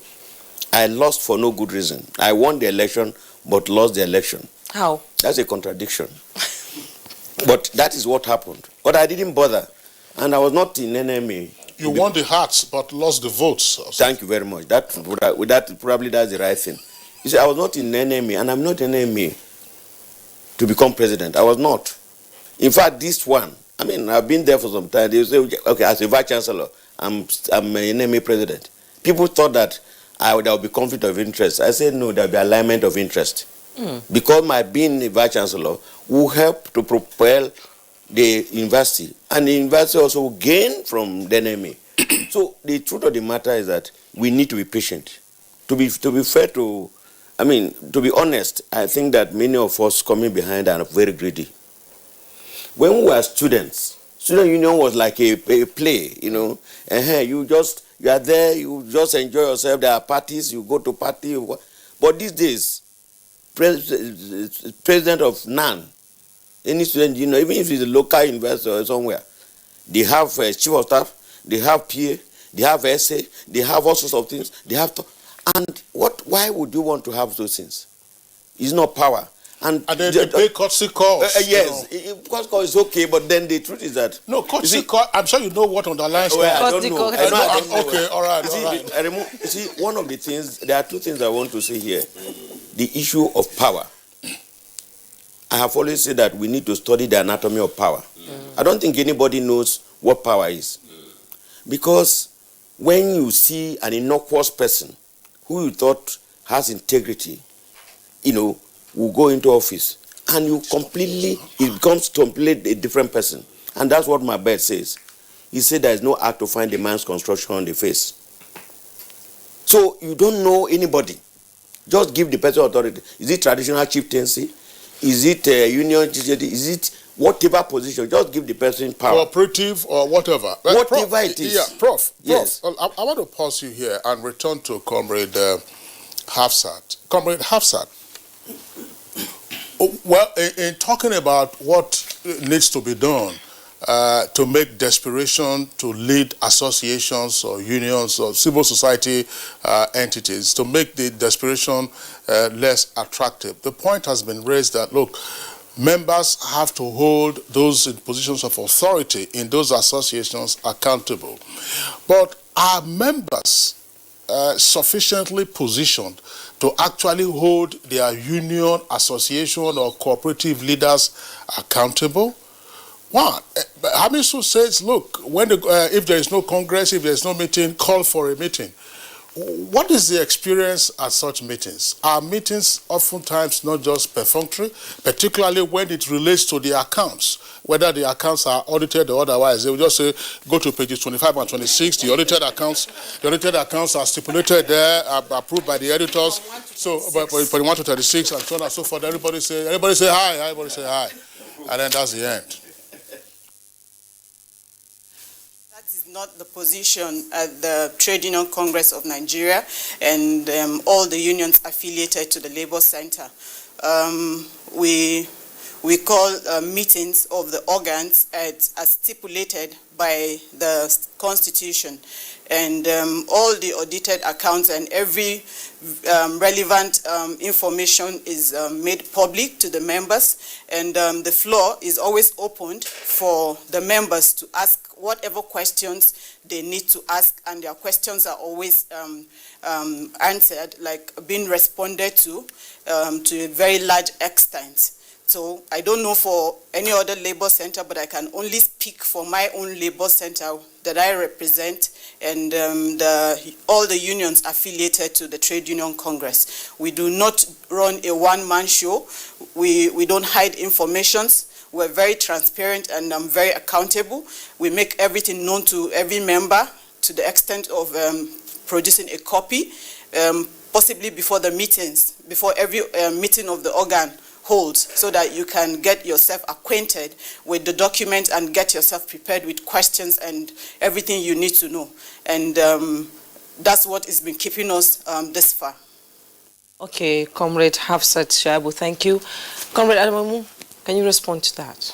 Yes, I think this conversation in progress, and I think we should sustain it. You know, all the points have been raised that for there to be strong democratic civil society, trade union movement in particular, although trade union is completely different from the other civil society, for there to be strong independent trade union movement, you know, we have to return to the core values. I've said so several times. First, the unity is very, very important. You know, we have to make everybody to come on board. Then secondly, you must strengthen democratic methods. I come from a union that the founding comrades of our unions, if I want to say founding mothers and fathers, they've laid the structures in a way that we have our constitution to have regular meetings, and it has been very useful. I mean, you know, I took over from Comrade Adams Oshomole, used to be the General Secretary of Textile Workers Union. We normally have regular National Administrative Council meeting. We have our Central Working Committee meeting. We have our NEC meetings. In fact, at times we number them, and I'm not sure the last count now. We had close to 91 or 92 National Administrative Council meetings since inception. You know, we also have regular CWC, which is once in a quarter, and that's where members, you know, have the right to, you know what's going on within the union. And I think that's what we need to strengthen, democratic order of the union. But we also have to promote literacy within the unions, you know, and I think we must bring back history to the trade union movement, because the young workers, young doctors, young members, they don't know how the unions were formed, you know, so you have to let them know what the history is all about. So as we are bringing history back to school, I think we must also bring to organizations to know why are the unions formed, what are the possible sacrifices, and that you need to be fired by passion to defend members, not based on the need for your own personal interest. But with the best of effort, there will still be ruptures in democratic organization. Whenever elections are coming, there will always be tensions like any other thing. But what is important is that let there be basic objective of defending the union, and that's how will lead to compromises. I know of some unions, I mean, even within Nigeria Labour Congress, we have our informal way of balancing the leadership. You know, we also have sectoral balance. You know, don't forget that unions are made of private and public sector unions. You need to, because all the idea is to carry people along. At times, you also have to have gender, and now we are talking of youth, you know, to come on board. And I think with this one, unions can become more stable, but there will always be crisis. There could be. I mean, crises are normal. Now, let's resolve the problem through the internal mechanisms as much as possible. I'm shocked the kind of resources unions are now spending on litigations, hiring lawyers, where we talk of thugs and co, but the one that is even more deadly is the leakage of the union purses, IGR. The union money is now being used to hire senior advocate, lawyers going to court to get injunctions, union dues. Meanwhile, these are, if you want to go to court, is to defend the interests of members, not to put a president in office, a deputy in office, or vice like me in the office. No. I said so in my trade union career. I resist the temptation of avoiding crisis that will lead us to bleeding the union resources. And there will only be crisis. But the best way is to resolve it globally. But on the last note, I was also Kingsley, globally, this is the general picture. I'm the vice president of Global Industrial Union. We also have these challenges everywhere. And you discover that on the whole, Nigeria is even a bit more stable. I mean, South Africa today, the labor center there, COSATU, are split, into two, which also affects their voice to defend members because of this juggling for responsibility and positions. I mean, I'm vice president of Industrial Global Union. The union in South Africans unite more me than with themselves, because of the unnecessary internal agreement. Do you think political interference comes into play in unionism? Yeah, at times how can we detach ourselves from there are also external pressures, that are there, but no external pressure will fly if there are no internal basis for it, And I think what is important is that unions just remain focused. But on the whole, I'm proud that Nigeria has professional associations, vibrant associations that have come a long way, but we must call a spade a spade. No need to hide. Where there are shortcomings, we must damn them. And that's why, President Innocent, I'm proud of what you said, that you are ashamed of what happened in Enugu. You even apologize that this is not the method of the NMA. Me too, in 2015, I felt quite scandalized, on TV when we were fighting over ballot papers. But now, we have returned back to constitutionality of our union. But unions have so much jobs to do now, which is to defend members' interests. That's why I'm not happy what's going on in the food union. This is a sector now in which robots are being brought to the industry to replace workers. So unions have more job to defend jobs there, than fighting over who want to be permanent president, permanent general secretary of unions. Robots will be? Yeah. So, and I think the last point I want to raise on this is that on constitutionality, I think even those full-time officers who work for the union, we should also follow the rules. Unions have tenure. Once you are 60 years, you should leave. You don't need to amend the constitution. And there are a lot of new developments unnecessarily, even the NSC, at a point, they have to amend constitution, the rules for a general secretary to be in the office for different reasons. Those things creates crisis of confidence, but any problem that happens within these branches, national should help. If the national also has crisis, have bigger unions like TUC, NSC should intervene to mediate very well. But the leadership of NSC, TUC can only intervene if they're also impartial. I was just wondering, is there a, this is often used as a metaphor, is there a KBC syndrome in all of this? When a person is, say, the president of XYZ association, he's entering the meeting venue, everybody stands up, like you would for a governor, you accord him all the privileges and respect, perks, and ultimate control of the purse. I mean, we just say, whether a cooperative union, a town union, all kinds of things. You find this desperation. But, Jumaya, we have some tweets. That came in, go through those tweets now, and then return to get the comments from our viewers, from our guests. Yes. First is Akiboewa tweets. Like our general elections, trade union elections for senior positions are always challenging. Nigerian unions can improve the quality of the elections by appointing an independent person to scrutinize and manage the elections, including counting the ballot papers. Titus Monday-Knock. They want to get INEC to do that? Or, yeah, I wonder. I want to bring back FEDECO. It's a Titus Monday-Knock. Greed, corruption, self-aggrandizement, and absolute selfishness are what characterize present-day politics, cutting across most professional associations. Elected officials allegedly loot their treasury and mortgage the future of members into perpetual penury. And Chris Simon tweets, the challenges in union politics in Nigeria can be tackled. The union leaders should do away with selfishness and greed and work for the welfare of the masses. It's all about doing the right thing when the need arises. All right, Dele Jack Solomon, unions are essential to a vibrant democracy in reducing inequality and are necessary for low and middle wage workers' ability to obtain a fair share of economic growth. Unfortunately, what we now have in Nigeria is that some union leaders are fighting for their own pockets and not for the masses anymore. And Akejo Ologbaju tweets, unionism that cannot recognize positive and normative aspect of conflict resolution that will improve workers' productivity and hence their welfare standard is a waste of time, material, and human resources. Law Alpha C, entrenched interests are usually seen and displayed in most union elections, and it's unfortunate that some of these interests are selfish, ethnic, unpatriotic, and narrow, all in a bid to control the fate of others, even at the expense of the union's extant rules and ethics. Mutana Farouk tweets, a union is perceived as a microcosm of a larger society.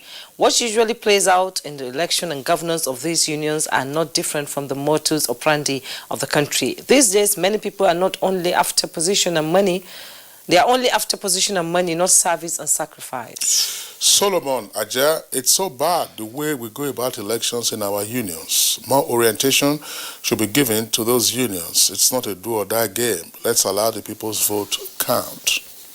And Mike Ayako tweets, avarice, greed, insubordination, covetousness, nepotism, etc. are the root causes of the challenges in unions elections in Nigeria. We have witnessed this anomaly even in the most respected professions in the country. Abdulhamid Daura said to become an office holder is a lucrative, easy money-making business that attracts many politicians pretending to be selfless servers. Hence, election being a ladder to a brighter side tends to tip towards a do-or-die affair. We need to change our orientation if we want to move forward. And Leo Fadaka tweets, union politics, like partisan politics, have moved from welfarism to power obsession, control, and pecuniary consideration, hence the violence to win by all means. Cecilia Okoroma, it has become a trend that most associations in Nigeria, or shall we say some associations in Nigeria, are engaged in disgraceful act during elections. Does it mean that we don't have men and women that will lead by example and give us a better Nigeria? All right, so those are the tweets that we have. I just want to bring in Dr. Hamisu here. Dr. Hamisu, presumably, there is a lot of abuse of power that goes on in some associations, which now provides incentive for others to want to replace them when they have the opportunity. Could it also be because that the sanctions regime for misgoverning associations is not strong enough, and therefore you have this desperation to supplant whoever is there or to take over from whoever is there? Because other than, say, removal from office or a split of an association, so you have a faction, you go and form another one, I'm thinking, just wondering whether there have been cases of sufficient successful trial and prosecution of association leaders or persons who have either embezzled the funds or misgoverned, appropriated them for their own ends, even though they are private entities. But of course, it could be an offense if you did that. Do we need to strengthen the sanctions regime in this regard? Yeah, thank you very much. I think what is happening with the association has to do with the interplay between the association and the environment the association is operating in. The KBSA syndrome you are talking about, the issue of looting, cut across the polity itself down to the running of association. And by the time a union leader took like 10 million, and you have a case of 3 billion that ICPC is pursuing, which will take precedent. So ours is a country that accountability is not taken seriously. And even some of the members are not even willing to fight those things because they are only waiting for their time. All they are waiting for is a precedent to be set. And then they will use it as a justification. In fact, to campaign, to mobilize. And as soon as we get them there, they will do worse than what the other person has done. So, and that is why in our own climb, we used to praise past regime. So by the time the new people are coming in, it comes with rising expectation and falling expectation.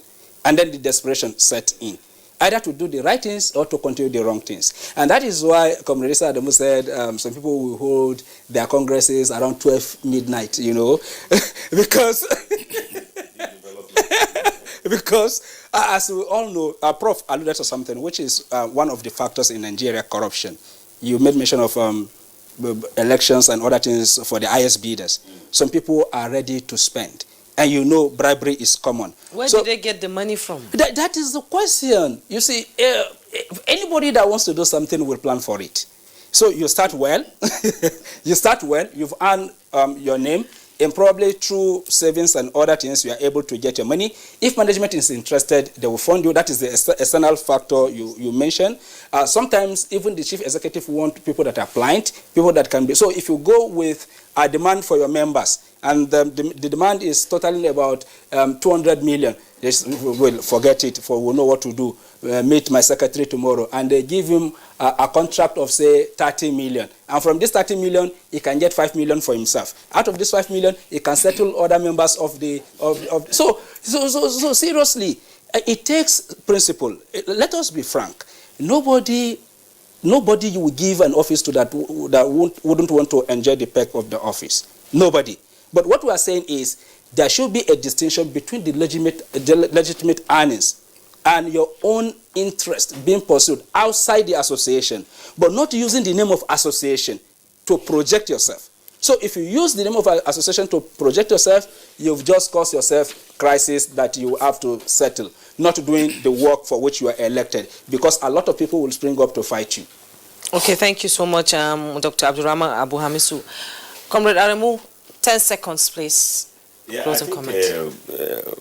Kesley, I agree with you that trade unions, mass organization must also keep on renew themselves, carry out internal reforms, and where necessary, even sanction bad performances.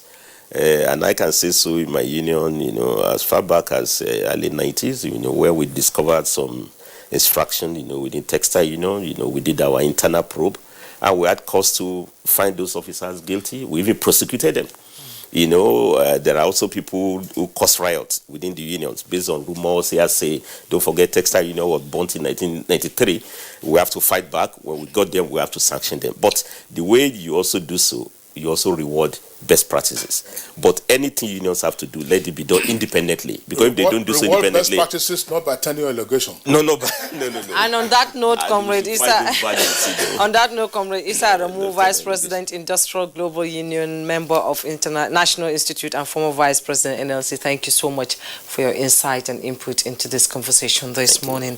Professor Innocent Uja, President, Nigerian Medical Association and Vice Chancellor, Federal University of Health Sciences, Otukpo, Benue State. It's been a pleasure having you and your clarification on the Enugu saga, actually. Thank you so much. And Dr. Abdurrahman Abu Hamisu, political scientist and public affairs analyst. As usual, your insight is always a delight to listen to. Thank you so much.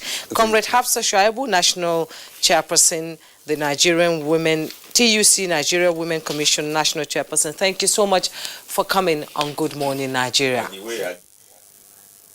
Thank you so much for having me. For today, thank you so much for watching. I am Jumma Yusuf. Please do stay safe. And I'm Kingsley Osadolo. See you again tomorrow, same time, 7 o'clock in the morning. Stay safe and be well.